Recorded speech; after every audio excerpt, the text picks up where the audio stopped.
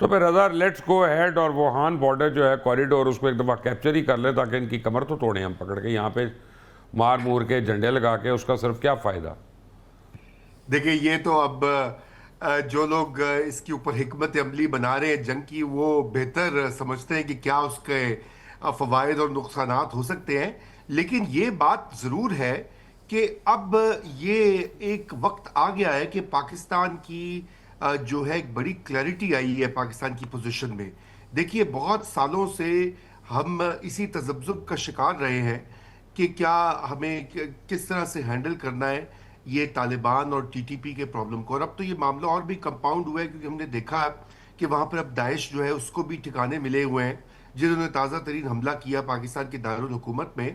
और वो अफगान सरजमीन की से ही वो ऑपरेट कर रहे हैं। और फिर बीएलए जिसका भी आप हम देख रहे हैं कि बलूचिस्तान में शोरश और ये कि चाइनीज़ जो इन्वेस्टमेंट है और चाइनीज़ पाकिस्तानी जो कॉपरेशन है माशी लेवल के ऊपर, उसका मुस्तकिल हदफ बना रहे हैं। मतलब अफ़गानिस्तान की जो मौजूदा हुकूमत की पॉलिसी है वो हर तरह से पाकिस्तान को कमज़ोर करने के लिए और उसके बदतरीन दुश्मनों के साथ गठजोड़ करके एक पूरी बाकायदा प्लानिंग का मंसूबा है।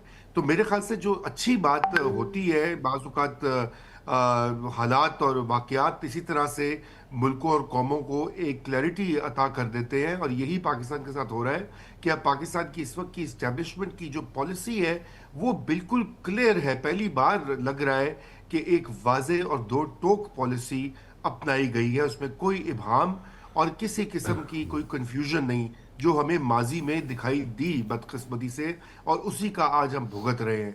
जी मुबशर भाई। नहीं, क्या छितर परेड कर लेंगे हमारे एसएचओ जो है हर जगह पे अफगान से घुसे हुए हैं बिलों के अंदर ये वो। मैं कहता हूँ कि ये इतना अच्छा फैसला है कि मुझे तो इतना बिलीव है कि एसएचओ की मर्जी के बगैर कोई अफगानी जो है ना वो आधा ग्राम चर्स नहीं बेच सकता किसी इलाके में। तो एसएचओ जो है ना उसके फिंगर टिप है। इससे पहले मैं लाहौर की अगर बात करूँ तो सीसीपीओ से 2 दफ़ा मेरी बात हुई। उसके बाद जो है पंजाब की सतह पे, फिर सिंध की बात करें तो ये जो डाटा है इनका वो तो कंपाइल कर लिया गया था और इनके नंबर्स भी सामने आना शुरू हो गए थे। और लेकिन ये सिलसिला कुछ अरसे से जो है उस तरह से नहीं चल रहा था जिस तरह स्टार्ट किया गया, उस तरह स्पीडी जो है इसको एग्जीक्यूट नहीं किया जा रहा था। एक बात। दूसरी बात, जहां तक मुबशर साहब ईरान की आप बात कर रहे हैं तो एक फैक्टर मिसिंग मुझे जो दिखाई देता है ईरान इसराइल के मामले में और पाकिस्तान अफगानिस्तान के मामले में, कि कल से चाइना जो है वहां से भी ये आवाज आ रही है कि मामलात को एक दफा फिर से असर नो जो है वो टेबल पर लाया जाए। ये बात ईरान ने भी की और आज चाइनीज सफीर ने वजीर आजम से मुलाकात भी की है।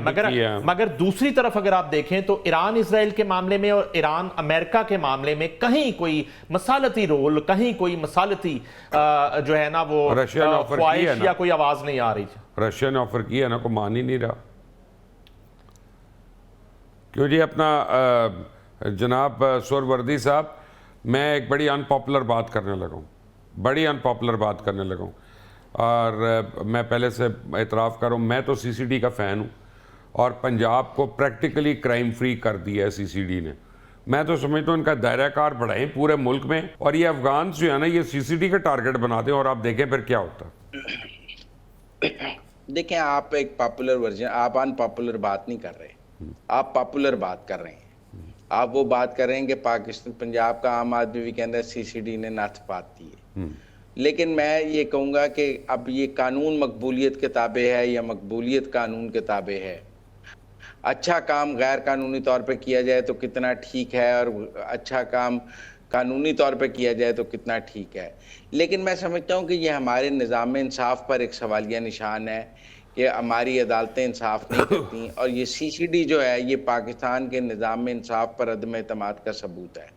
हम इस नतीजे पर पहुंच गए हैं कि पाकिस्तान की अदालतों से गुनाहगार को सजाएं नहीं दिलवाई जा सकती, लिहाजा हम कानून से बाहर रास्ते तलाश कर रहे हैं, और वो रास्ते मकबूल रास्ते भी, मकबूलियत भी पा रहे हैं, क्योंकि लोगों को उम्मीद है कि मेरा मुल्ज़िम जो है वो अदालत से छूट जाएगा, उसकी ज़मानत हो जाएगी, वो मेरे ऊपर सुलह के लिए दबाव डालेगा, फिर कसास दिए तो हो जाएगा। मुझे बताएं ना मुजम्मिल साहब, 3800 अफगान दहशतगर्द over a period of time पकड़े गए थे, एक एक करके अदालत से निकल गए, एक एक करके। सर केपी का कन्विक्शन रेट 0 है। मैं तो आपसे कह रहा हूं कि ये पाकिस्तान के निज़ाम में हमने 2014 में जब नेशनल एक्शन प्लान बनाया तो पहली चीज क्या की थी, मिलिट्री कोर्ट्स बनाई थी जेट ब्लैक टेररिस्टों के लिए, और बाकी काम हुए थे या नहीं हुए थे, दहशतगर्दों को सजाएं देने के लिए हमने मिलिट्री कोर्ट्स बनाई थी सनसेट क्लॉज के साथ। उसके बाद हम दहशतगर्दी पर काबू पा सके थे कि जिसको पकड़ रहे थे उसको लटका भी रहे थे। आज हम क्या मिस कर रहे हैं, आज हम दहशतगर्द पकड़ भी लें तो उसको सजा नहीं दे पाते हैं, क्योंकि हमारे पास दहशतगर्दों को सजाएं देने के लिए वो अदालतें मौजूद नहीं है फेसलेस, जो दहशतगर्दों को सजाएं दे सकें।